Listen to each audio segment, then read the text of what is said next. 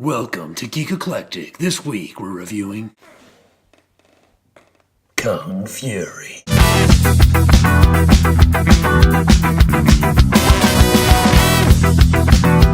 Kung Fury is a 2015 Swedish action comedy movie, just full of fucking everything. This movie is fucking insane, and I absolutely love it. It was just released on YouTube a couple days ago, so it's got like upwards of 3 million views? Yeah, 3 million views. There's a reason why it's at 3 million views, because it's fucking insane, like I said before. Kung Fury was written and directed by David Sandberg.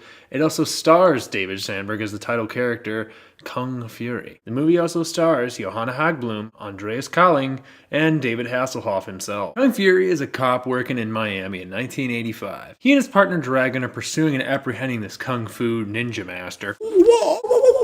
They apprehend the ninja master and congratulate each other, to which Kung Fury tells Dragon that he's like a father to him. Shortly after, Dragon is, of course, cut in half by the ninja. Suddenly, Kung Fury is struck by lightning and bit by a cobra at the same time, which, of course, gives him incredible Kung Fu powers.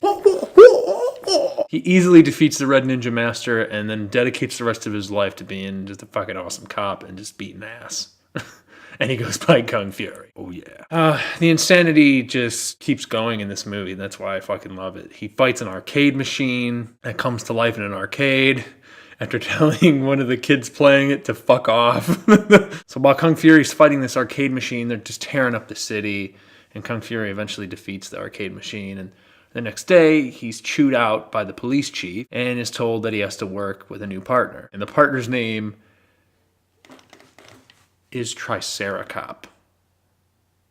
Triceracop. I love it. This is why I love this fucking movie. Oh, and if you thought the insanity stopped there, oh no. No, you were mistaken. Adolf Hitler, also known as Kung Führer, enters the timeline and guns down the police chief. Through a fucking telephone. That's right, a telephone. Hellbent on revenge, Kung Fury enlists the help of Hacker Man, a computer whiz that helps Kung Fury hack back in time to kill Hitler. The plan runs smoothly until Kung Fury hacks too much time and is sent back to the Viking Age, where laser raptors and dinosaurs run amok. Why not? He encounters Viking Valkyries by the name of Barbariana and Katana. With the help of the Norse god Thor, that Thor, Kung Fury is finally sent to Nazi Germany to take down that bastard Hitler. So when Kung Fury arrives, he just kicks the shit out of hundreds of Nazi soldiers.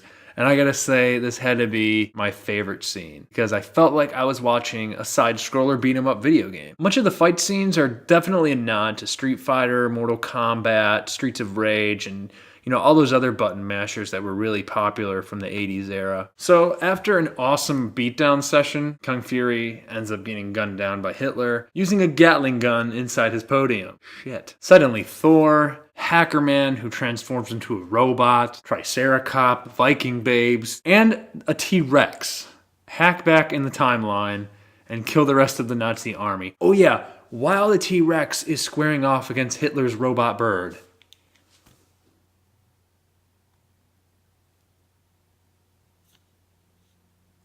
Fuck yeah! Kung Fury's not gonna go out that easy though. He's revived back to health by Hacker Man, who hacks out all the bullets. But before then, we get to see what heaven is like through the eyes of Kung Fury, and boy, is it insane. So when Kung Fury comes to, this is probably one of my other favorite parts, he delivers this devastating uppercut to Hitler's balls, sending Hitler just flying in the air and then falling back down. And then Thor drops his hammer on the Nazi leader and the robot bird. So with the mission accomplished, everybody goes back to their timeline. So we're back in 1985 Miami. Kung Fury once again battles and defeats the arcade machine robot. But this time he notices a swastika on the robot's body. It's at this time that Hitler and his robot bird enter the 80s timeline, vowing revenge on Kung Fury.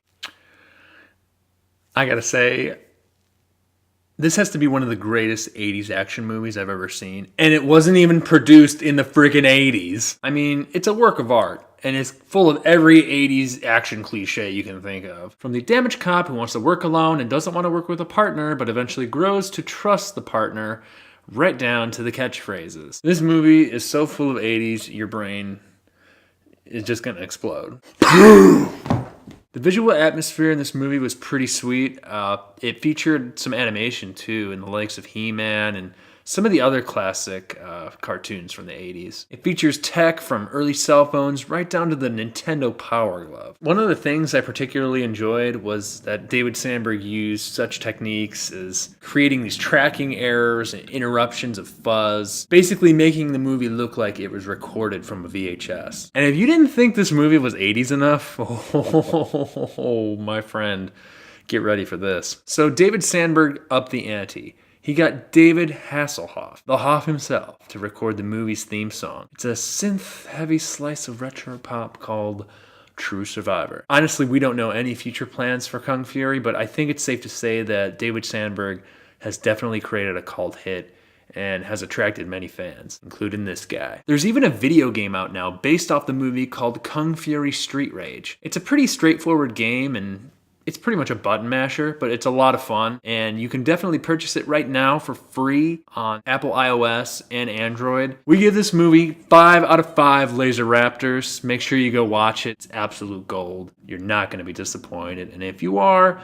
there's something fucking wrong with you, man, because this movie is the shit. Thanks again for tuning in, guys, and make sure to like and subscribe, and we'll see you next time on another edition of Geek Eclectic Reviews.